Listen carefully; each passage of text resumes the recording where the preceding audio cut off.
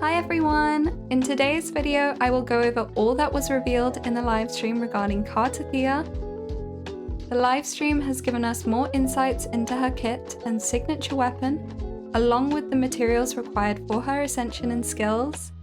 Her gameplay animations and combat mechanics were also demonstrated, and to top it all off, a completely new Echo Sonata set with brand new echoes has been revealed. I will go over how we can prepare for her release and what to expect when the new version drops.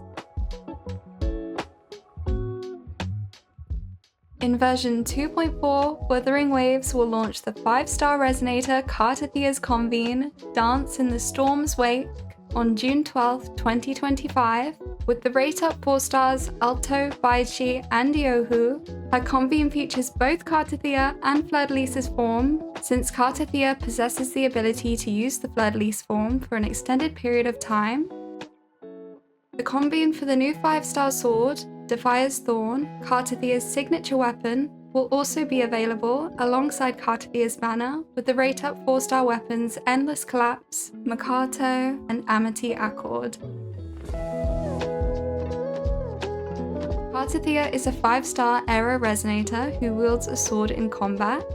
Her Ascension and skill materials have been officially confirmed in the livestream. I will go over where to obtain these and how many she will require for maximum Ascension. The specific amounts were not shown in the livestream. I am showing the amounts based on other 5-star Resonator material requirements in the game.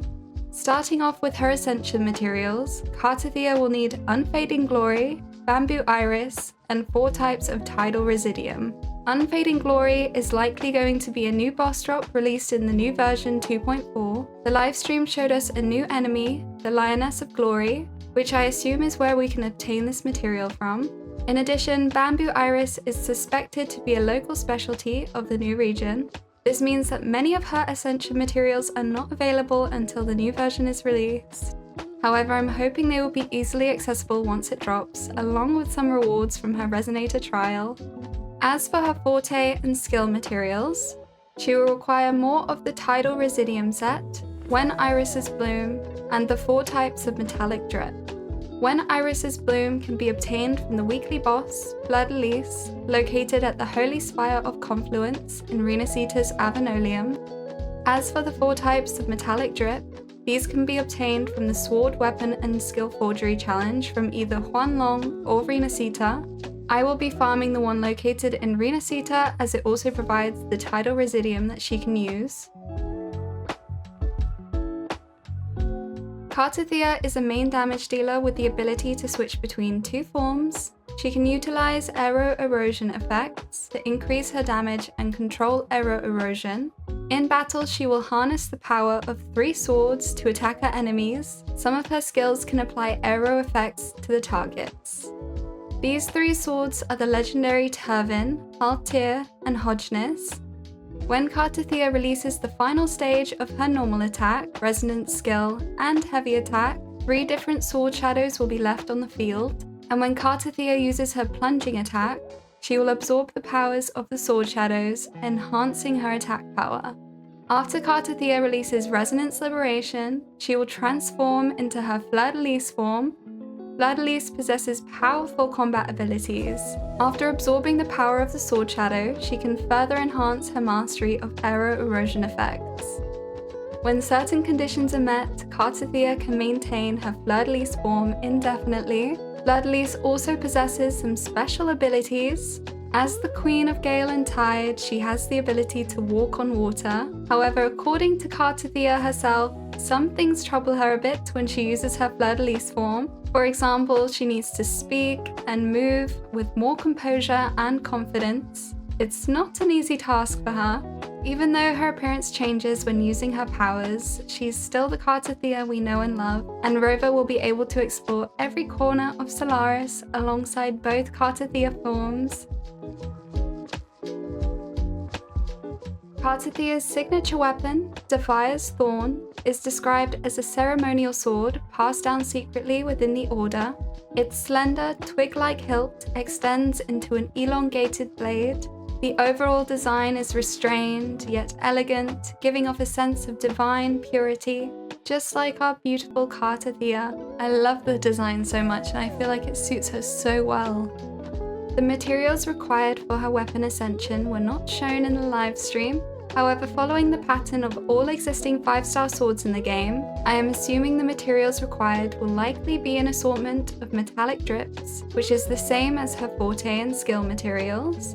However, it could also require an assortment of Whispering Cores, Howler Cores, and Crude Rings that are obtained from the Forgery Challenge in Huanlong, as well as the local enemies in that region. I already have so many of these, since Huanlong has been a playable region for much longer, so I personally will continue to farm the Forgery Challenge in Resonators instead to get more tidal residiums. Version 2.4 will introduce the new Sonata effect, Windward Pilgrimage, which is described to boost a Resonator's crit rate and arrow damage when attacking enemies affected by arrow erosion. I feel like this was designed with Cartethyia in mind, and even the logo looks like Third boss drop. I will be farming it as soon as the new version is released, and I'm excited to see how it synergizes with Cartethyia's kit. If you have been farming the current arrow erosion set, Gusts of Welkin, this may still be a viable option for Cartethyia initially. However, I feel like it's definitely a great option for both Chacona or Arrow Rover when paired with Cartethyia, as it provides arrow damage bonus, and inflicting arrow erosion on enemies increases arrow damage for all Resonators in the team, and the Resonator triggering this effect gains additional arrow damage increase, which in my opinion makes it a really good sub-DPS buffing set for a main arrow erosion damage dealer. As for the main 4-cost Echo skill, Reminiscence Fleur-de-Lis, summon the Wind Cleaver to deal arrow damage. Equipping this Echo in the main slot grants arrow damage bonus. If equipped in the main slot by Rover Arrow or ? Grant more arrow damage bonus. I can assume that ? is talking about Cartethyia, and this particular Echo should also be part of the new Sonata set, Windward Pilgrimage, which means Cartethyia could still potentially use this as her main Echo even when it's part of a different set. However, we're currently unable to farm the new Echo set, and since she has not yet been released, this is all just speculation on my part. Cartethyia grew up in Elgar Town and has been engrossed in knightly tales since childhood.